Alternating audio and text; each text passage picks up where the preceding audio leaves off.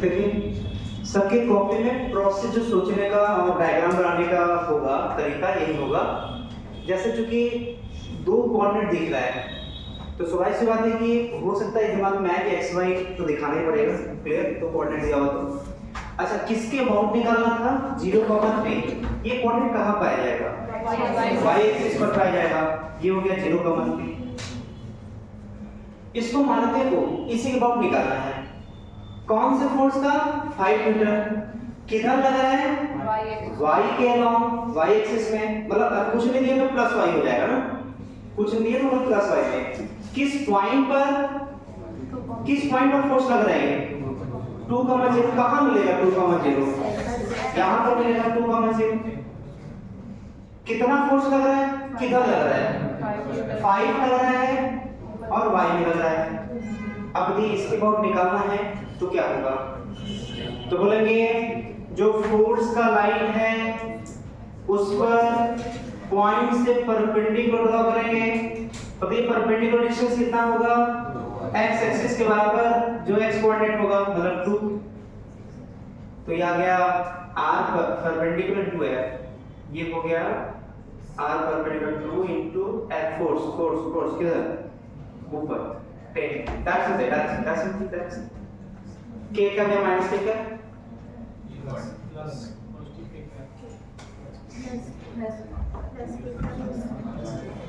किधर होगा plus k का। कैसे पता देखिए r इधर f इधर तो r f ठीक है r से f की तरफ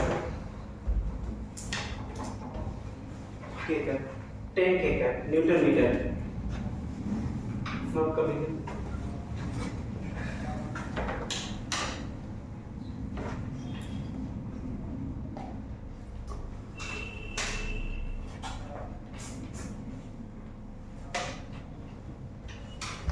next question find torque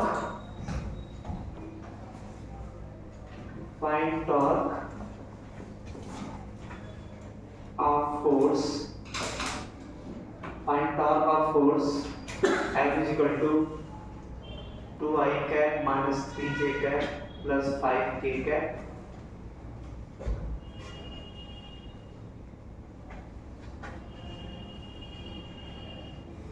find torque of force इतना एक्टिंग एट पॉइंट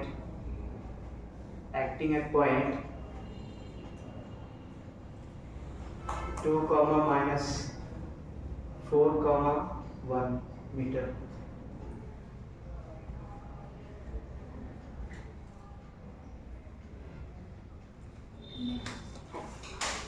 इस फोर्स का टॉर्क निकालना है जो कहां पर लग रहा है इस पॉइंट पर लग रहा है। क्वेश्चन कंप्लीट है नहीं कंप्लीट अबाउट ओरिजिन किसके अबाउट ओरिजिन के अबाउट।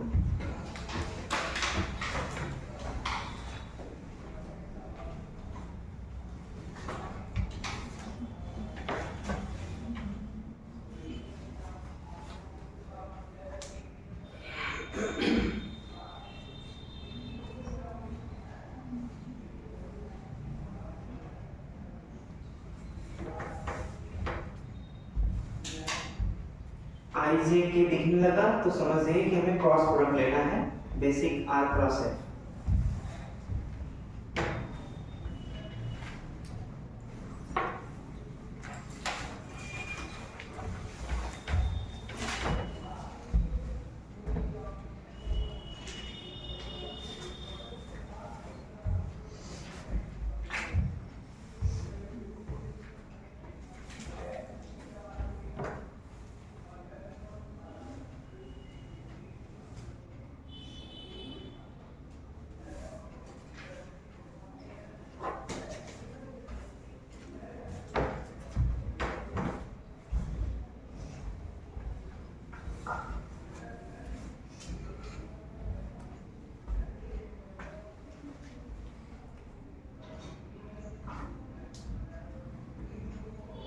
हो गया होगा, बाकी तो कैलकुलेशन है, आप कर लीजिएगा उसमें। इसके मल्टीप्लिकेशन कैसे मल्टीप्लाई करते हैं प्रैक्टिस होना चाहिए आप लोग का। वेक्टर बताया गया होगा, फॉर्मूला देखिए इसमें टॉप इक्वल टू क्या होगा r प्लस s। हम इस फॉर्मूले पे अप्रोच करेंगे। बाकी के जो 2-3 फॉर्मूले थे वो इसलिए नहीं क्योंकि यहाँ पर आईजे के फॉर्म में दिया है, तो बताया था आईजे के फॉर्म में नहीं दिया रहेगा तो हमारा अप्रोच यही होना चाहिए। और इसमें जो है r जो है कितना दिया हुआ है, अच्छा देखिए जैसे मान लेते हैं एक्स वाई एक्सिस है, कहीं फोर्स यहाँ लग रहा है, जो कि तीनों कोऑर्डिनेट दिया हुआ है, तीनों कोऑर्डिनेट एक्स वाई जेड। इसका मतलब ये एक्स वाई प्लेन में नहीं होगा बल्कि जेड इधर होगा तो कहीं इधर होगा, स्पेस में होगा, एक पॉइंट स्पेस में कहीं पॉइंट होगा और इस पॉइंट पर ही फोर्स कहीं स्पेस में लग रहा होगा। तो मान लेते हैं यहाँ पर अगर फोर्स इधर लग रहा है तो ओरिजिन पे बाउंड निकालना है, तो जहां पर फोर्स लग रहा है उधर की तरफ पोजीशन वेक्टर आर क्या होता है बताइए, आप लोग बोलिए अपने मुंह से, आर क्या होता है? ये क्या होता है बताइए, हम क्लियर एकदम आधा अधूरा नहीं। आर वेक्टर क्या होता है बोलिए, पोजीशन वेक्टर होता है। आर क्या होता है बस पूरा बोलिए अधूरा है। पोजीशन वेक्टर फ्रॉम ओरिजिन नहीं भाई, सब बेकार हो जाएगा। फ्रॉम पॉइंट ऑफ एक्सिस या जो भी पॉइंट जिसके अबाउट निकालना है to point where force is acted. R क्या होता है फ्रॉम एक्सिस या पॉइंट जिसके अबाउट निकालना है टू किसकी तरफ जहां फोर्स एक्ट कर रहा है। मान लेते स्पेस में यहां है, उसको लिख तो सकते नहीं यहाँ पर, तो प्लेन में लिख देते हैं 2 - 4, 1। देखिए यहीं पर फोर्स लग रहा है, इस पॉइंट पर लग रहा है, वो फोर्स है ये, तो फोर्स चाहे जिधर भी लग रहा हो। अब बताइए आर क्या होगा, जिसके अबाउट निकलना है फ्रॉम और जहां पर फोर्स लग रहा है टू, यही होगा पोजीशन वेक्टर। बताइए इसको क्या लिख सकते हैं, इसको वेक्टर फॉर्म लिखिए, इसको वेक्टर फॉर्म लिखिए 0,0,0 ये 2 - 4 1 क्या होता है r vector equal to head minus tail, तो 2 - 0 i कैप, तो 2 i कैप -4 - 0 j कैप, तो -4 j कैप 1 - 0 k कैप मतलब k कैप। अब देखिए फोर्स कितना है, फोर्स है 2i cap -3 j cap + 5 k cap. अब हमें दोनों मिल गया, हम cos को निकाल लेंगे। इसको निकालने के दो तरीके देखिए, जैसे एक तो i j k यही होगा, तो अगर सीधा राउंड में चलेगा तो पॉजिटिव आता है और उसके अपोजिट जाएंगे तो नेगेटिव आता है। मतलब जैसे i cross j equal to क्या होगा, देखिए i j मतलब ये क्लॉकवाइज सही डायरेक्शन में जा रहा है तो प्लस k कैप आएगा। अगर हम बात करें i क्रॉस k कैप बताइए क्या आएगा, तो देखिए i से k जाने के लिए उल्टा जाना पड़ेगा, तो तीसरा आएगा लेकिन माइनस में आएगा। क्लियर ना? अच्छा k cross j positive negative में आएगा, तो देखिए k से j की तरफ उल्टा जा रहा है तो तीसरा आएगा लेकिन माइनस में, हो जाएगा ना। तो इस तरीके से एक का एक के साथ सबके साथ मल्टीप्लाई कर करके ऐसे सॉल्व कर सकते हैं। एक जो है डिटरमिनेंट मेथड से है, वो क्या होता है i j k, सबसे ऊपर लिख देते हैं i j k, फिर उसके बाद जो पहला वेक्टर दिया हुआ है इसमें पहले वेक्टर को यहां लिखेंगे, फिर दूसरे वेक्टर को तीसरे वाली जगह लिखेंगे।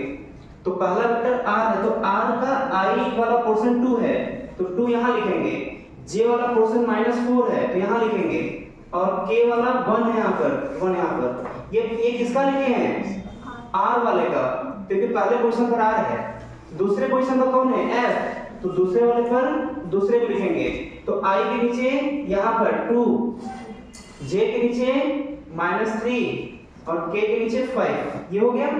अब देखिए इसको मल्टीप्लाई कैसे करते हैं, r प्लस f का वैल्यू, r प्लस f का वैल्यू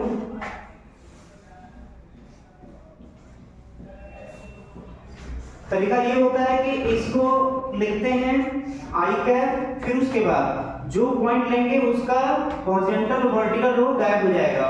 मतलब i कैप लिया तो इसका हॉरिजॉन्टल ये पोर्शन गायब, ये पोर्शन गायब। क्लियर ना? फिर इसको इसमें मल्टीप्लाई करते हैं, फिर इसको इसमें मल्टीप्लाई करते हैं। क्लियर ना?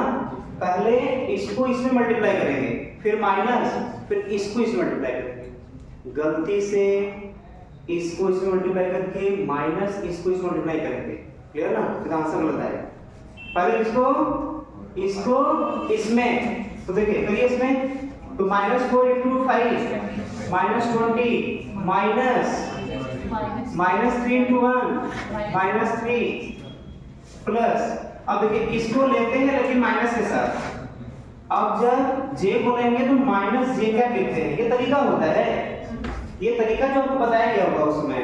तो -j क्या लेंगे, -j क्या, अब बताइए यहाँ पर, तो ये वाला गायब और ये वाला गायब, फिर इधर से इधर मल्टीप्लाई करेंगे पहले, फिर माइनस इधर से इधर मल्टीप्लाई करेंगे।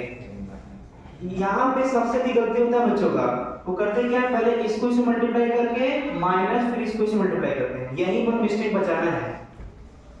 क्लियर ना? तो क्या हो गया यहाँ पर 10 -2 सही है ना? वैसे रटना है, भूल गए हम तो हमसे भी गलती हो जाएगा। क्लियर ना? रटना, ऐसा कॉन्सेप्ट तो कुछ है नहीं इसमें, क्या कॉन्सेप्ट करेगा। प्लस के है, तो ये गायब और ये गायब, तो इसको इसमें माइनस इसको इसमें, तो कितना हो जाएगा -6, देखिए -6, और ये क्या हो जाएगा -8, बाकी आप सीधे पूरा बात करके लिखिए।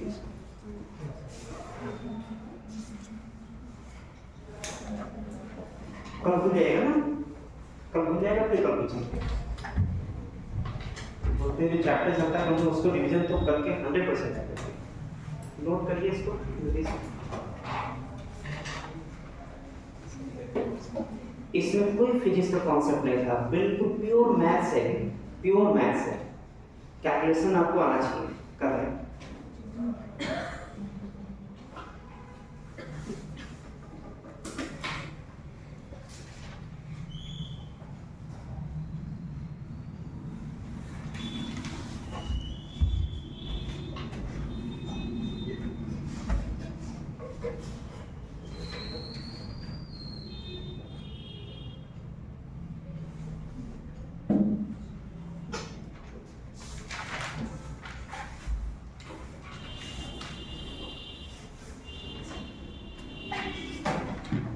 इसको सॉल्व करें। नेक्स्ट क्वेश्चन, और इसमें आंसर सबका मैच करना चाहिए। बस थोड़ा सा पॉइंट ओरिजिन की जगह कुछ और दे दिया।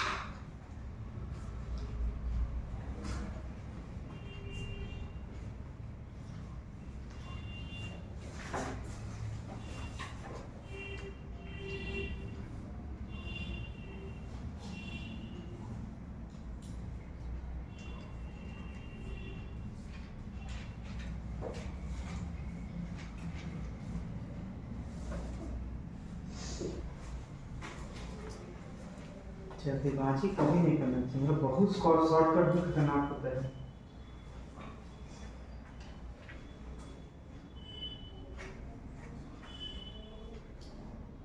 बेसिक पॉइंट सोचिए, आंसर आ जाएगा। बेसिक सोचिए, बेसिक कौन क्या होता है, तभी मन में रिविजन करिए सर क्या बोले थे क्या बोले थे इसमें, तभी वो सही हो पाएगा।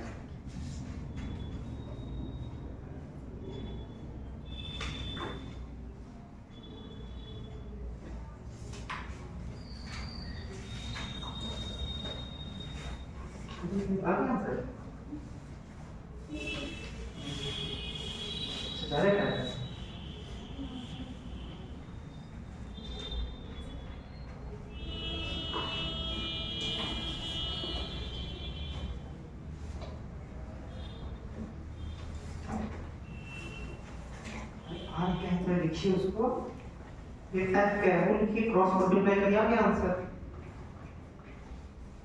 आ गया आंसर।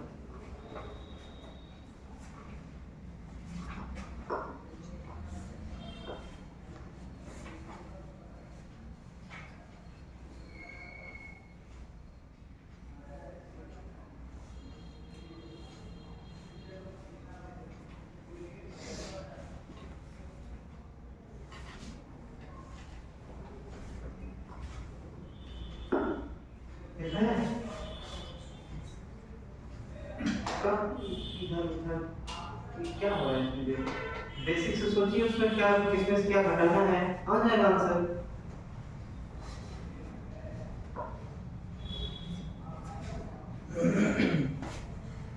देखिए इसमें बताइए, एक तो पॉइंट ओ होता है जिसके अबाउट निकालना होता है टॉर्क, एक पॉइंट वो होता है जहां पर फोर्स लगता है,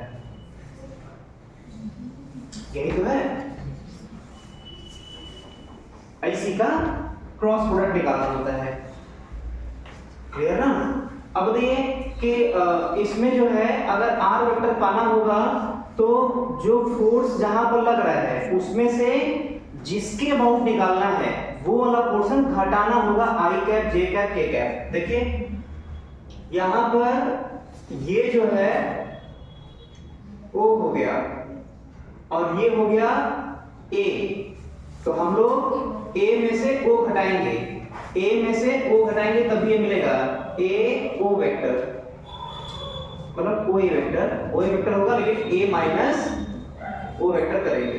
घटाइए इसमें तो 0 - 2 आर वेक्टर लिखने जा रहे हैं, 0 नहीं उल्टा, a माइनस 0 2 माइनस 0 हो जाएगा 2 आई क्या, -4 माइनस माइनस प्लस -2 जे कैप, फिर a - 0 1 - 3 -2 के कैप। कितने बच्चों में ये सही है, क्योंकि ये आगे बाकी तो पिछला प्रोसेस है, तो इतना सही हो जाना चाहिए आप लोग का। ये टर्म को सही से क्लियर करिए ना, उसमें किसमें से घटाना है, बस अब आ गया f = 2 i cap - 3 j cap + 5 k cap, और बाकी जब सॉल्व करेंगे तो i j k, फिर उसके बाद 2 - 2 - 2 2 - 3 5। क्लियर। अब मन में अपना प्रोसेस दोहराते जाइए और उसको लिखते जाइए।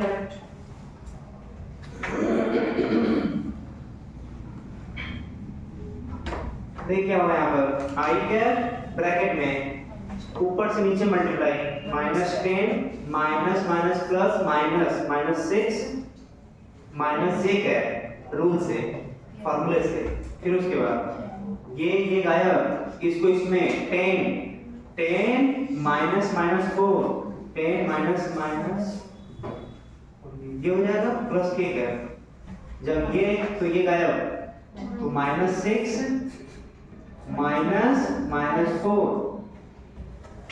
ये आ गया -16 आई कैप 14 -14 जे कैप -2 के कैप। कितने बच्चों का आया था आंसर, ये आया था, ठीक। और बाकी इसका नहीं है, वो सोचे कि क्या मिस्टेक हो रहा है, हमसे क्यों बार बार मिस्टेक हो रहा है, हम कौन हैं। फास्ट वर्क करिए आगे।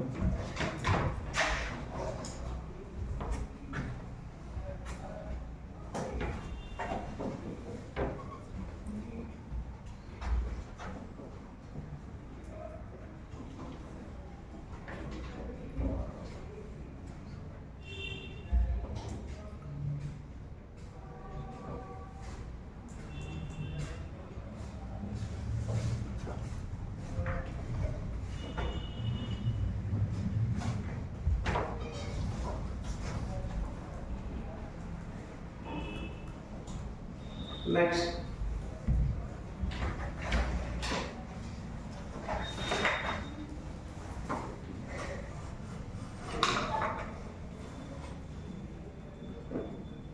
हॉरिजॉन्टल प्लेन पर कोई रॉड रखा हुआ है जिसका लेंथ L है, मास M है,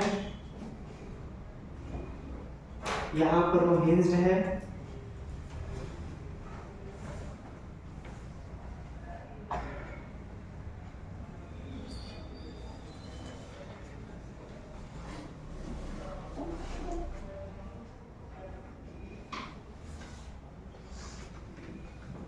अब सुनिएगा ध्यान से था। देखिए हम लोग काइनेटिक्स में और न्यूटन्स लॉ में क्या करते थे, डायरेक्ट फोर्स दिया रहता था, गिवन रहता था, हम लोग डायरेक्ट मास भी गिवन रहता था, ये दोनों डायरेक्ट गिवन रहते थे। लेकिन हम लोग जब रोटेशन में आए तो रोटेशन में फोर्स का जगह ले लिया मोमेंट ऑफ इनर्शिया और मास का जगह ले लिया उल्टा बोल दिया ना, इसका जो कौन जगह ले लिया। अच्छा, इसको भी सॉल्व करने का कुछ फार्मूला आया था, इतने प्रोसेस के बाद ही मिलेगा, जो कि डायरेक्ट दे दिया करता था। यहाँ भी डायरेक्ट देता था, लेकिन इसको भी निकालने के लिए हम लोग इस टाइप का फार्मूला यूज करते थे, इसलिए ये एक अलग टॉपिक बन गया था और नीट में बिल्कुल उसी टॉपिक से भी आता है। क्लियर? लेकिन कभी ये नहीं देता होगा इसमें कि find the force, find the mass, ये अलग बात है, 2-3 अननोन करके फार्मूले में पूछ ले, अलग बात हो। तो हम लोग स्पेसिफिक टॉपिक के तौर पे जब से रोटेशन स्टार्ट हुआ है, पहले ये पढ़े फिर ये पढ़े, और दोनों को हम लोग को सॉल्व करने आगे कैसे कैसे निकालना है। इसमें 2 थ्योरम लगाए थे और बाकी बेसिक ये फार्मूला था, बाकी इसका फार्मूला ये था। अच्छा, अगर ये निकालने आ गया, क्लियर ना, तो क्या हम लोग अल्फा में एंट्री कर जाएंगे एंगुलर एक्सेलरेशन में। एंगुलर एक्सेलरेशन जैसे हमें ये भी अकेले अलग से पढ़ चुके हैं, इसको भी अलग से पढ़ चुके हैं, तो दोनों को डिवाइड कर देंगे torque bye moment of inertia, तो क्या आ जाएगा एंगुलर एक्सेलरेशन। और अगर ये आ गया तो पूरा काइनेमेटिक्स जैसे omega, angular displacement, angular velocity, time से रिलेटेड जो भी चीजें हैं, क्या ये पूरा का पूरा एक स्कोप बन सकता है क्वेश्चन बनने का। क्लियर ना? तो मतलब ये अलग से पढ़ करके अब हम इसमें जो है बहुत सारे क्वेश्चन अरेंज कर सकते हैं। क्लियर ना? तो क्या क्या कितना पॉसिबिलिटी है, एक बार इसमें हम लोग क्वेश्चन कर लिया जाए, फिर आगे बढ़ते हैं। जैसे L का वैल्यू हम न्यूमेरिकल ले लेते हैं जिससे कि कैलकुलेशन ज्यादा ना हो। अल्फा थीटा का वैल्यू जो है 30 डिग्री, F का वैल्यू 2 kg, L का वैल्यू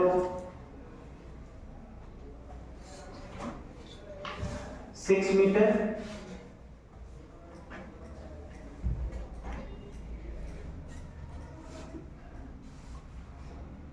F 20 न्यूटन,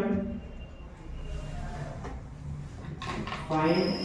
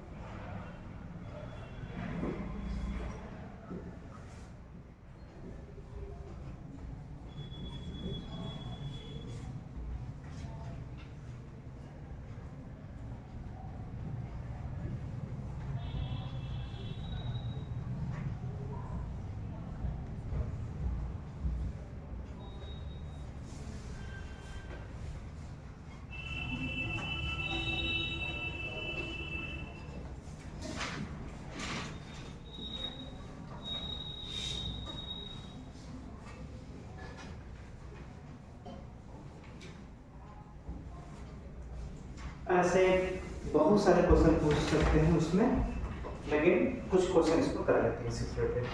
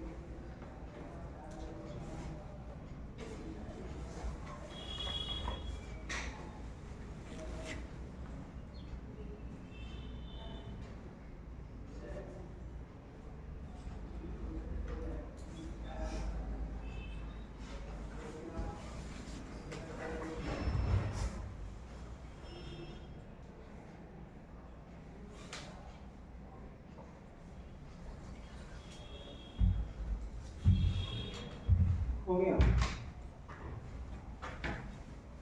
देखा जाएगा करके। देखिए पहला जो है मोमेंट ऑफ इनर्शिया पूछ रहा है, फार्मूला क्या होगा, ml square by 3, m l का वैल्यू 6 का स्क्वायर बाई 3, कितना आ जाएगा, यूनिट क्या होगा, केजी मीटर स्क्वायर। टॉर्क, तो टॉर्क के लिए जो है इसका दो कंपोनेंट, फोर्स का दो कंपोनेंट छूटेगा, एक इधर की तरफ और एक इधर की तरफ। यहाँ आर परपेंडिकुलर नहीं लेंगे, यहाँ पर फोर्स परपेंडिकुलर लेंगे क्योंकि फोर्स का एंगल दिया हुआ है। यहाँ आ जाएगा 20 cos 30, लेकिन ये तो उसी एक्सिस से पास कर जाएगा, पॉइंट से पास कर जाएगा, तो इसका टॉर्क 0। इसका इधर कंपोनेंट कितना आएगा, 20 sin 30, sin 30 1/2 आ गया 10, परपेंडिकुलर है, इसका आ जाएगा, तो आ जाएगा आर एफ परपेंडिकुलर। कितना आर दिया हुआ है 6, और एफ जो जहां पर लग रहा है वो फोर्स परपेंडिकुलर 10, आ गए 60 न्यूटन मीटर।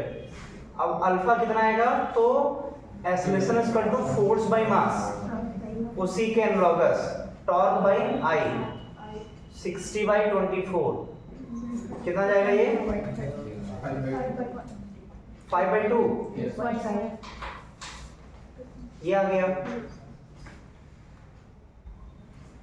अल्फा आ गया, एंगुलर एक्सेलरेशन आ गया। अब क्या पूछ रहा है कि जब इनिशियली रॉड रेस्ट में था, देन फाइंड पहला, दूसरा, तीसरा, 3 हो गया, चौथा जो है पूछ रहा है नंबर ऑफ रिवोल्यूशन। अच्छा प्रोसेस क्या होगा, नंबर ऑफ रिवोल्यूशन का क्या फार्मूला क्या होता है, एंगुलर डिस्प्लेसमेंट जितना होगा डिवाइडेड बाय 2 पाई, यही फार्मूला होता है। Revolution, number of revolution θ/2 theta आ जाएगा, तो नंबर ऑफ रिवोल्यूशन भी आ जाएगा। थीटा कैसे आएगा, ये डिस्टेंस का जगह लेता है, मतलब डिस्प्लेसमेंट का जगह लेता है, तो displacement is equal to ut plus half at² का जगह लेगा। ये इनिशियली है तो 0 हो जाएगा, theta is equal to half, alpha कितना है 5/2 t का वैल्यू कितना दिया है 5 का स्क्वायर 125/4। और जब ये आ गया तो इसको यहाँ पुट कर देंगे तो आ जाएगा 125 डिवाइडेड बाई 2 पाई इंटू 4। ये आ गया 125/8 पाई रेडियन। नहीं इसका तो यूनिट नहीं होगा ना, ये नंबर ऑफ चक्कर है और कितना बार चक्कर लगा है यही होगा। पाई की वैल्यू 180 रखेंगे, क्या रखेंगे पाई वैल्यू क्या रखेंगे, पाई वैल्यू यहाँ पर क्या रखेंगे 180 डिग्री ना, क्या 22/7 है ना, साइन कॉस के अंदर होता है तब 180 डिग्री रखते हैं, नोट कर लीजिए। और पांचवा एंगुलर वेलोसिटी पूछ रहा है तो v बराबर plus 80।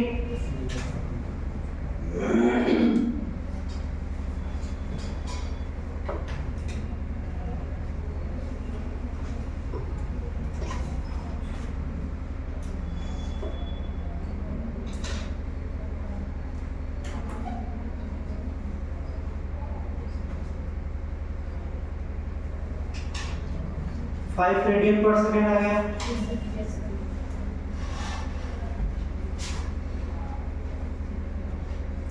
Find velocity of centre of mass क्या होगा, तो देखिए वेलोसिटी इज इक्वल टू, अब ये जो है उसका रोटेशन और ट्रांसलेशनल मोशन, रोटेशनल मोशन और ट्रांसलेशनल मोशन को जोड़ने वाला कौन होता है, रेडियस होता है। जैसे इसका सेंटर ऑफ मास कहां पर होगा, बीच में, क्लियर ना। सुन लीजिए पहले एक बार सीख लीजिए, इसमें रॉड का सेंटर ऑफ मास यहां होगा, अच्छा ऐसे ओमेगा इधर है मतलब अंदर की तरफ, तो वेलोसिटी इधर आएगा v r ओमेगा के बराबर, फार्मूला ही होगा r क्या होगा, एक्सिस से सेंटर ऑफ मास का डिस्टेंस 3 मीटर, क्या हो जाएगा v r ओमेगा।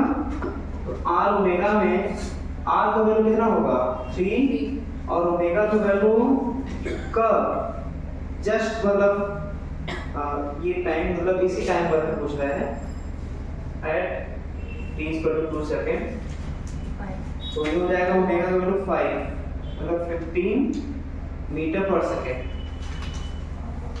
ये आ जाएगा।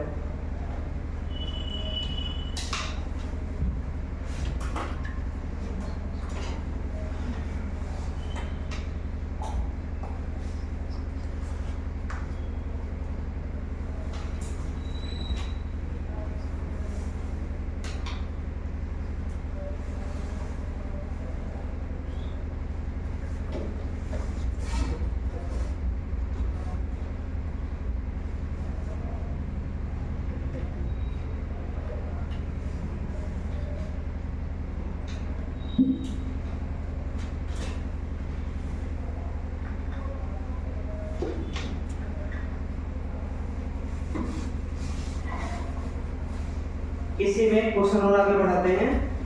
क्वेश्चन नंबर 7 सॉल्यूशन जाकर नोट कर लिए हैं, लिखिए in ever question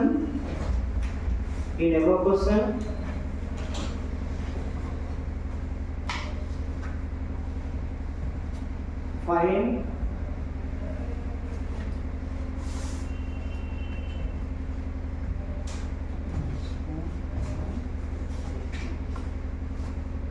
tangential acceleration and radial acceleration,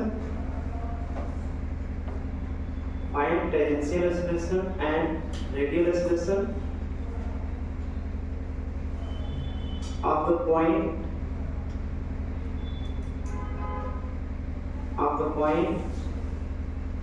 of application of force, of the point of application of force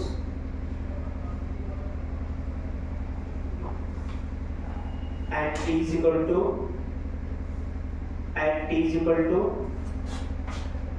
0 second and 2 second, at t is equal to 0 second and 2 second। इसको solve करिए।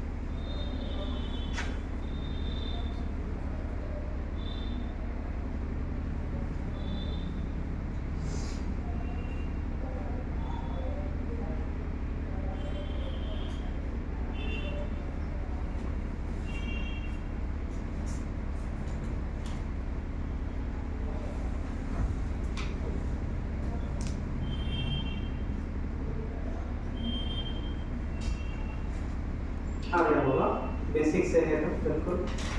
देखिए यहाँ पर जो है हमें जहाँ पर फोर्स लग रहा है वहाँ का मान लेते हैं, ये ए पॉइंट मान लेते हैं, तो हमें AT बताना है ए पॉइंट पर और रेडियल एक्सेलरेशन बताना है, मतलब AR बताना है ए पॉइंट पर।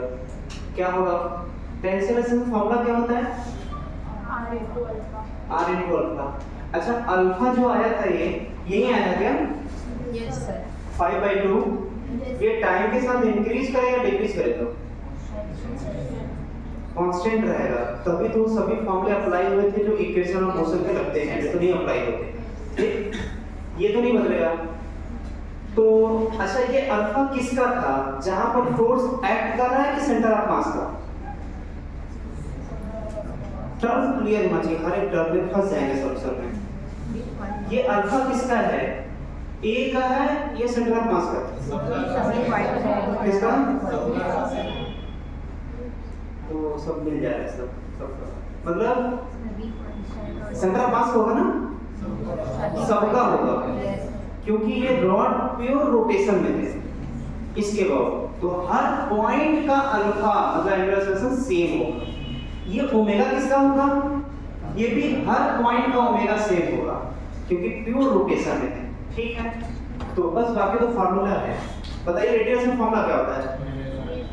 v²/r है ओमेगा स्क्वायर। अच्छा, इसलिए यहाँ पे ये अच्छा ये टाइम के साथ वेरी करेगा नहीं वेरी करेगा? नहीं करेगा, क्योंकि डिस्टेंस भी फिक्स है और अल्फा भी फिक्स है। डिस्टेंस कितना है? 6 * अल्फा कितना है? 5/2। कितना आ गया ये आ गया 15 मीटर पर सेकंड स्क्वायर। देखिए ये कभी टाइम के साथ बदलेगा नहीं, ये हमेशा कांस्टेंट होगा। अच्छा, अगर ये कांस्टेंट होगा तो यहाँ पर इक्वेशन ऑफ मोशन लग सकता है क्या ये?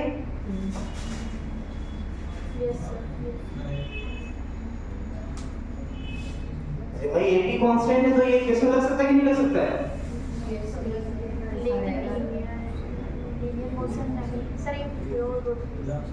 क्या हुआ?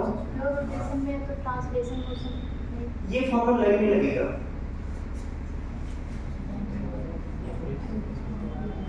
नहीं लगेगा, बहुत बवाल है सब फिजिक्स में, पता नहीं कौन सा लगता है कहाँ है तो समझ नहीं आता है। ऐसा नहीं बोलना चाहिए, सोचना चाहिए। क्यों? क्योंकि बताइए जो AT है ये अभी AT का डायरेक्शन किधर है? AT का डायरेक्शन बोलेंगे टेंजेंट के साथ, तो जैसे इसका रोटेशन ऐसे होगा तो इधर AT होगा, लेकिन ये यही थोड़ी ना रहेगा, कुछ टाइम रोटेट कर जाएगा ना, तो रॉड यहाँ आ जाएगा, तो ये जो लास्ट वाला पॉइंट है वो यहाँ आ गया, यहाँ पर AT किधर होगा? उसके इधर, यहाँ पर इधर। क्या डायरेक्शन बदल गया क्या? AT का डायरेक्शन बदल गया क्या? और जब एक्सेलरेशन का डायरेक्शन ही बदल गया तो कांस्टेंट कहाँ से आया? कांस्टेंट मतलब क्या होता है? एक्सेलरेशन का ना मैग्नीट्यूड बदले ना डायरेक्शन में दोनों बदलना चाहिए। क्लियर? यहाँ बदल रहा है। अच्छा ठीक है, मतलब ये नहीं लग सकता, ठीक है? ओमेगा स्क्वायर r, ओमेगा का वैल्यू 2, इसलिए यहाँ पे टाइम दिया था। पता है क्या AR टाइम के साथ वैरी नहीं बदल करेगा, टाइम के साथ बदले नहीं बदलेगा, ये टाइम के साथ बदलेगा बदलेगा ना। अच्छा सेंट्रीफ्यूगल हम कंफ्यूज नहीं कर रहे हैं, ध्यान दीजिएगा, अगर टू दी पॉइंट चलेंगे हमारे साथ तो सब कुछ क्लियर समझ में आएगा। बताइए सेंट्रीफ्यूगल फोर्स क्या होता है? सब पढ़ाया जा चुका है। सेंट्रीफ्यूगल फोर्स, सेंट्रीपिटल फोर्स नहीं, सेंट्रीफ्यूगल फोर्स क्या होता है? सूडो फोर्स होता है। कब लगता है? जब आप जरूर किसमें बैठे? नॉन स्टेशनरी में लगता है। नॉन स्टेशनरी में सूडो फोर्स लगता है। सूडो फोर्स सही सेंट्रीफ्यूगल फोर्स होता है। सेंट्रीफ्यूगल फोर्स का डायरेक्शन किधर होता है बताइए? अवे फ्रॉम द, यहाँ बताइए फिंगर्स अपने हवा में। सेंट्रीफ्यूगल फोर्स इस इंस्टेंट पे 0 टाइम पर t = 0 पर सेंट्रीफ्यूगल फोर्स कितना लगेगा? t = 0 पर सेंट्रीफ्यूगल फोर्स कितना लगेगा? सेंट्रीफ्यूगल फोर्स का फार्मूला बताइए।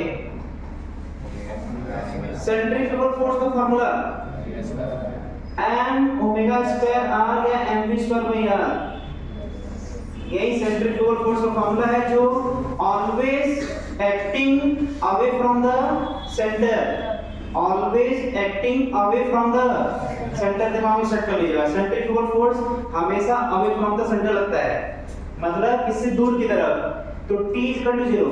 अच्छा तो ये अगर T = 0 पर बात करें तो क्या आएगा? Centimetre radial expression, radial expression क्या आएगा? 0। कैसे पता? क्योंकि ओमेगा 0 है, मतलब 0। अच्छा T = 2 सेकंड पर रेडियल एक्सप्रेशन क्या आएगा? फार्मूला तो वही लगना है, ओमेगा स्क्वायर। ओमेगा किसका? रॉड का। किस टाइम पे? 2 सेकंड पर कितना है? देखिए 2 सेकंड पर कितना है? 5 है। तो 5 का स्क्वायर इनटू डिस्टेंस, तो इससे इसका डिस्टेंस 6 मीटर है। ये आ जाएगा कितना आ रहा है? 150। ठीक है, 150 मीटर पर सेकंड स्क्वायर। अब बताइए 0 टाइम पर सेंट्रीफ्यूगल फोर्स क्या होगा? T = 0 पर सेंट्रीफ्यूगल फोर्स। सेंट्रीफ्यूगल फोर्स क्या होता है? फार्मूला क्या होता है सेंट्रीफ्यूगल फोर्स का? m omega square. और ये किधर लगता है? Away from the observer. कहां बैठा होता है? Non universal frame. कहां पर? उसी रॉड पे। ये यूं कहे कि जहां पर सेंट्रीफ्यूगल फोर्स लगा है वहीं पर बैठता है। क्लियर ना? अब देखिए 0 टाइम पर सेंट्रीफ्यूगल फोर्स कितना लगेगा? 0 लगेगा, क्योंकि 0 आ रहा है। यही मास इनटू AR है, मास इनटू AR यही है, और AR 0 है। अच्छा ये बताइए इसमें कि इसके ऊपर जो है, जैसे मान लेते हैं कि हम लोग ही यहाँ पर जो है ऐसे इसको फिक्स किए हुए हैं, अपने फिंगर से इसको फिक्स किए हुए हैं, और ये लगातार फोर्स लगता जा रहा है। टाइम के साथ साथ हमें कैसा फील होगा? क्या ऐसा फील होगा कि वो रॉड हमको छोड़ करके आगे भागना चाहता है, या मेरे फिंगर से दूर भागना चाह रहा है, और हमें और फोर्स लगाकर उसको रोकने की कोशिश करना होगा? क्या ऐसा आपको फील होगा? तो आप आगे बढ़ के देखिए, उसमें सोचिए कैसे। देखिए टाइम के साथ ओमेगा बढ़ेगा, टाइम के साथ वो अभी धीमा धीमा नाच रहा है, ऐसे नाचना और शुरू करेगा और शुरू करेगा और शुरू करेगा। यही होगा रॉड के साथ। ये जो रोटेट ऐसे करो ना, वो बढ़ता जाएगा, और जितना तेज बढ़ना शुरू करेगा ओमेगा उतना बढ़ता जाएगा। और ओमेगा जितना ज्यादा बढ़ेगा, जितना तेज डांस करेगा उतना ज्यादा उसका ओमेगा बढ़ेगा। ओमेगा बढ़ेगा तो सेंट्रीफ्यूगल फोर्स बढ़ेगा, और सेंट्रीफ्यूगल फोर्स बढ़ेगा किधर की तरफ? अवे फ्रॉम द सेंटर, मतलब यहाँ से इधर की तरफ। तो हम लोग को टाइम टू टाइम ये महसूस होता जाएगा कि रॉड हमारे हाथ से आगे निकलना, स्लिप करना चाह रहा है। ये सही है क्या? ऐसा नहीं होगा कुछ भी, ऐसा ही होगा ना? अरे भाई ऐसा ही होगा। ठीक है, ज्यादा डाउट नहीं करते फिजिक्स पर, वो बिल्कुल कॉन्सेप्चुअली आंसर देता है। ठीक है, ठीक है, ठीक ठीक ठीक ठीक, यहाँ तक ठीक है। अगला क्वेश्चन है, पहले सोचिएगा, आंसर दीजिएगा, फिर क्वेश्चन लिखिएगा। Find force on rod at t = 2 second. Find force on rod at t = 2 second. सिर्फ फोर्स पूछ रहे हैं। फोर्स पूछने का मतलब क्या? Net force. हम सिर्फ फोर्स बोले तो मतलब net force. Find force on rod at t = 2 second.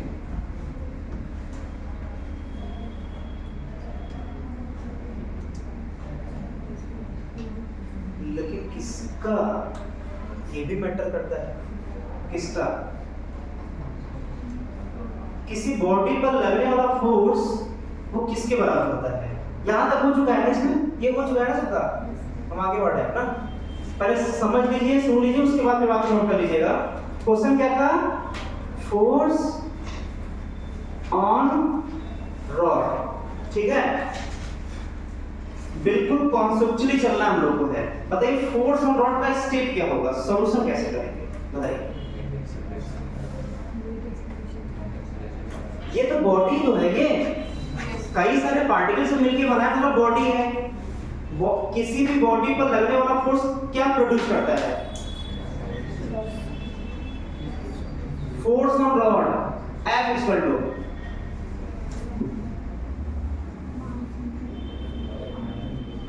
यही क्वेश्चन है। फॉर्मूला क्या लगाएंगे यहाँ पर आंसर लाने के लिए?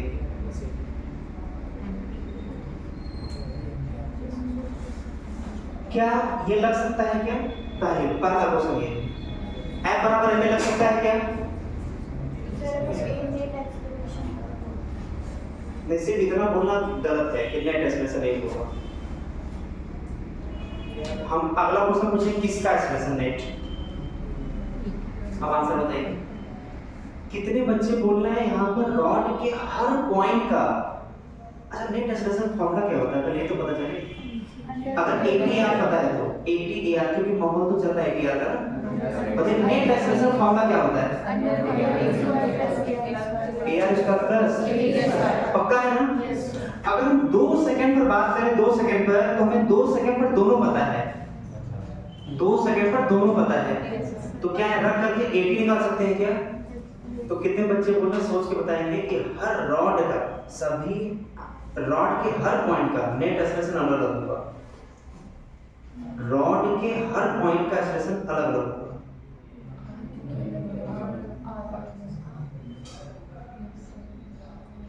अरे इधर देखने से कुछ नहीं मिलने वाला। आप किस पर डिपेंड कर रहा है? हमको मत देखिए कि क्या हम बोलना चाह रहे हैं, समझाना चाह रहे हैं। मैथमेटिकली कौन किससे जुड़ा हुआ है ना, उसको देखिए। मैथमेटिकली कौन किससे जुड़ा हुआ है बताइए। AR और AT क्या हर पॉइंट अलग अलग हुआ क्या? देखिए R को डिपेंड कर रहा है कि नहीं? लेकिन AT को डिपेंड कर रहा है ना? डिपेंड कर रहा है। अच्छा, R लिखा हुआ है, ठीक है, डिपेंड कर रहा है। अच्छा, AR डिपेंड कर रहा है क्या? अच्छा, इसको भी लिख दिया जाए ऐसे, कंफ्यूजन हो रहा है। मतलब दोनों किस पर डिपेंड कर रहा है? R पर। और R हर पॉइंट का एक्सिस से अलग अलग है, एक्सिस से अलग अलग। मतलब किसी एक फिक्स टाइम पर, किसी एक पर्टिकुलर टाइम पर रॉड के हर पॉइंट का एक्सप्रेशन अलग अलग होगा due to variation of R। ठीक है, क्या क्लियर हो गया? अब ये अप्लाई करना ठीक है। इस क्वेश्चन पूछा कि फोर्स ऑन रॉड, तो क्या फॉर्मूला सही है आंसर लाने के लिए? अगला क्वेश्चन ये तो बोलेंगे सर ये बताइए कि आप, चलिए ये बोले ठीक है, लेकिन ये एक्सप्रेशन किसका रखेंगे अगर ऐसा सही होगा तो? ये भी क्वेश्चन उठता है। अच्छा, क्या किसी बॉडी पर लगने वाला नेट फोर्स m बराबर होगा? हमेशा, कोई कंडीशन नहीं, हमेशा हमेशा एप्लीकेबल होता है भैया, हमेशा एप्लीकेबल होता है। कोई इसके लिए स्पेशल केस की जरूरत नहीं है। हाँ, मास वैरी नहीं करना चाहिए, नहीं तो एयर प्रोपल्शन जो रॉकेट हो गया या फिर वगैरह मास नहीं बदलेगा तो ये हमेशा वैलिड होता है, कोई कंडीशन से जरूरत नहीं है। अब खिचड़ी मत बताइएगा, फिर अगले स्टेप पर जा रहा है। मैकेनिकल एनर्जी कंजर्व करने का कुछ कंडीशन होता है क्या? तो सर यहाँ से हम लोग क्यों पहुंच गए सर? लड़ाई दिमाग और कैसा आदमी बैठे आप है ना, तो लगाइए दिमाग, डॉक्टर के लेवल पर दिमाग लगाइए। बताइए मैकेनिकल एनर्जी हमेशा कंजर्व होता है क्या? बोलिए, क्या मैकेनिकल एनर्जी हमेशा अप्लाई होता है? क्या वर्क एनर्जी थ्योरम हमेशा अप्लाई होता है? हाँ, वर्क एनर्जी थ्योरम के साथ कोई कंडीशन नहीं है, चाहे कोई कंडीशन हो वर्क एनर्जी थ्योरम लगना ही लगना है। लेकिन जहां पर मैकेनिकल एनर्जी कंजर्व कराएंगे वहां पर तुरंत कंडीशन है नॉन कंजर्वेटिव फोर्स बराबर क्या होना चाहिए? वैसे F बराबर ma के साथ कोई कंडीशन नहीं होता, ये हमेशा वैलिड होता है। और ये लिखवा भी चुके हैं, लेकिन उन बच्चों को जो क्लास किए थे, और ऐसा नहीं है, हम फर्स्ट बैच का भी नोट्स देखे हुए हैं सर, उसमें भी लिखवाए हुए हैं, ये हमेशा एप्लीकेबल है, रिवीजन लिखे उनके, लेकिन कंडीशन लिखे थे यहाँ पर क्या? हाँ, ये क्या होना चाहिए? पॉजिटिव होना चाहिए। क्या होना चाहिए? आप लोग बोले ना पॉजिटिव, क्या बोले? अच्छा, कांस्टेंट होना नहीं भाई, ये हमेशा एप्लीकेबल है, हमेशा। क्लियर ना? ये बहुत बड़ी पॉइंट की बात है कि ए सीरियम जो है ये सेंटर ऑफ मास का एक्सेलरेशन होगा। अभी जस्ट हम क्या बोले थे? एक्सेलरेशन हर पॉइंट का किसी गिवन इंस्टेंट के लिए अलग अलग होगा due to variation of position, सबका अलग होगा। लेकिन हमें अगर रॉड पे टोटल फोर्स निकालना है तो F बराबर ma होता है, जहां पर m होता है टोटल मास और a cm होता है सेंटर ऑफ मास का एक्सेलरेशन। मतलब जो हम लोग एंड पॉइंट पे निकाल रहे थे नेट एक्सेलरेशन या ATAR, वो हम लोग सेंटर ऑफ मास को निकालेंगे ATAR। भाई नेट एक्सेलरेशन पाने के लिए क्या फॉर्मूला होता है? सेंटर ऑफ मास का एक्सेलरेशन पाने के लिए रूट में सेंटर ऑफ मास का रेडियल एक्सेलरेशन का स्क्वायर टेंजेंशियल, मतलब टेंजेंशियल सेंटर ऑफ मास के एक्सेलरेशन का square plus radial centre of mass के एक्सेलरेशन का स्क्वायर, मतलब यही सब रहेगा सेंटर ऑफ मास का। एक है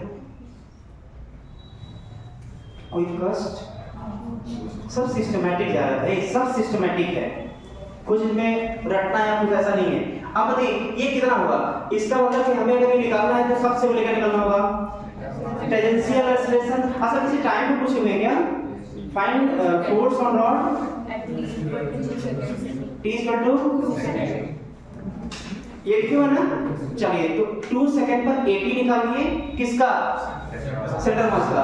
और t इक्वल टू 2 सेकंड पर AR निकालिए, किसका? सेंटर ऑफ मास का। और t इक्वल टू 2 सेकंड पर नेट एक्सेलरेशन निकालिए, किसका? सेंटर ऑफ मास का। और उसको मास से मल्टीप्लाई नेट फोर्स आ गया।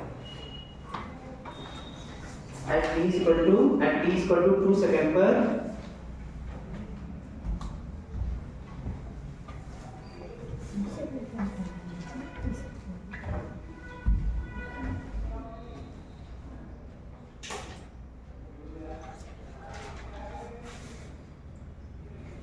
सेकेंड में कि कुछ बच्चों का ये लेक्चर छूटा हुआ है तो वो कनेक्ट नहीं भी कर सकते जिनका लेक्चर छूटा हुआ है, इसलिए लेक्चर तो कंप्लीट रखा करिए। कहाँ पे किसका यूज पड़ेगा फिजिक्स में, सब एक दूसरे से लिंक होते हैं, जुड़े होते हैं। ठीक है चलिए देखिए इसमें जो है AR इक्वल टू होगा, AR equal to omega square, मतलब क्या हो जाएगा 2 सेकंड पर 150 मीटर पर सेकंड स्क्वायर, और 80 होगा जो बदलेगा ही नहीं कभी, 15 मीटर पर सेकंड स्क्वायर। लेकिन ये तो लास्ट वाले पॉइंट पे है, हमें निकालना है सेंटर ऑफ मास, तो ये तो नहीं लगेगा इसमें। 80 हो जाएगा R अल्फा, R होगा 3 मीटर, R होगा 3 मीटर इनटू अल्फा होगा 5/2, ये आ गया 15/2 मीटर पर सेकंड स्क्वायर। ये कब पर निकालना है? t इक्वल टू 2 सेकंड, जिस पर क्वेश्चन पूछ रहा है। बताइए AR क्या होगा? ओमेगा स्क्वायर, ओमेगा कितना होगा? ओमेगा कितना? 2 सेकंड पर 5 का स्क्वायर, ठीक है ना? और R का वैल्यू सेंटर ऑफ मास का डिस्टेंस इस पॉइंट से कितना हो जाएगा? 3 75 मीटर पर सेकंड स्क्वायर। कैलकुलेशन थोड़ा लेंदी है।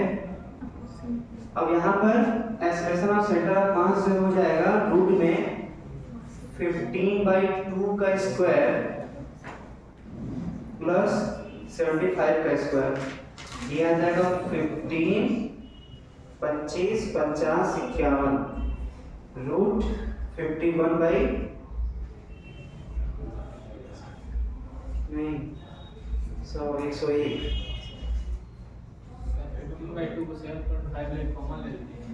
कोई गारंटी नहीं कि सही कर रहा है, आप लोग देख लीजिएगा। बट शायद देखिए ये आ रहा है क्या 101 और बाहर 15/2, यही आ रहा है। देखिए 25 चौके 100, 101/4 2 5 सही से देखिए।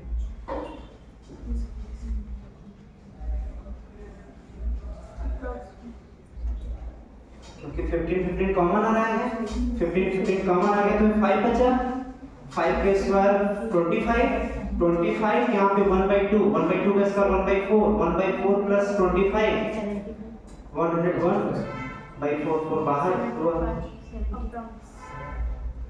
अच्छा ये 100 को 10 ले सकते हैं, 101 को 10 वैल्यू आ जाएगा, ये कितना आ जाएगा? ये 150 मतलब 75 आएगा अप्रोक्सीमेटली, ठीक है 75 मीटर पर सेकंड स्क्वायर। अब टोटल मास दिया है क्या? 2 kg, तो 2 इंटू 75 मतलब आ गया 150 न्यूटन। ये आंसर 150 न्यूटन इसका आंसर।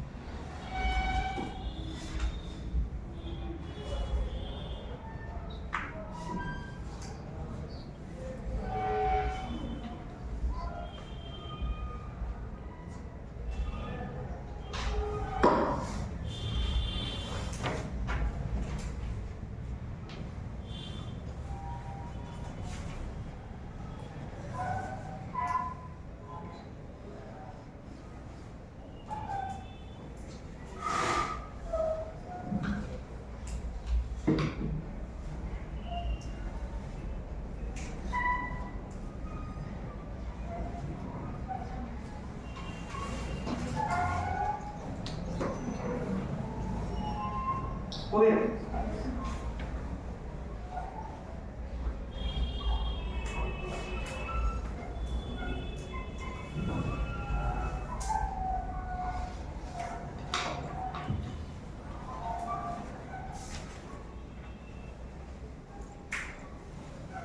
देखिए यहाँ पर जो है रॉड पर लगने वाले कुछ फोर्स अननोन है।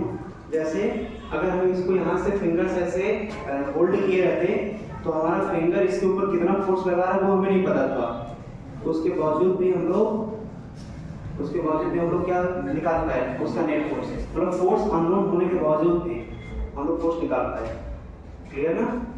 और अगला क्वेश्चन देखते हैं। देखिए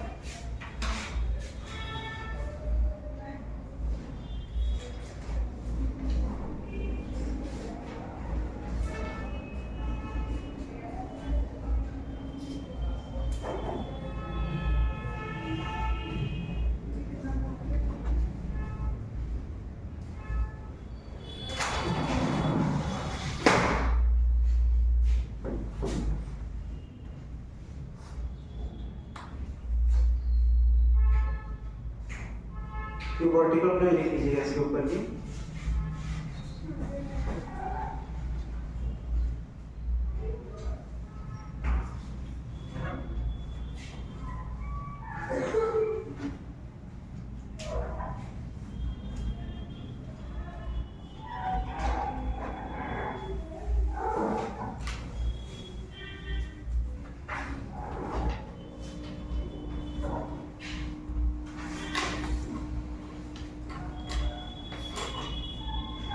बाकी डाटा दिया हुआ है एज इट इज जो भी है एल और टोटल मास है।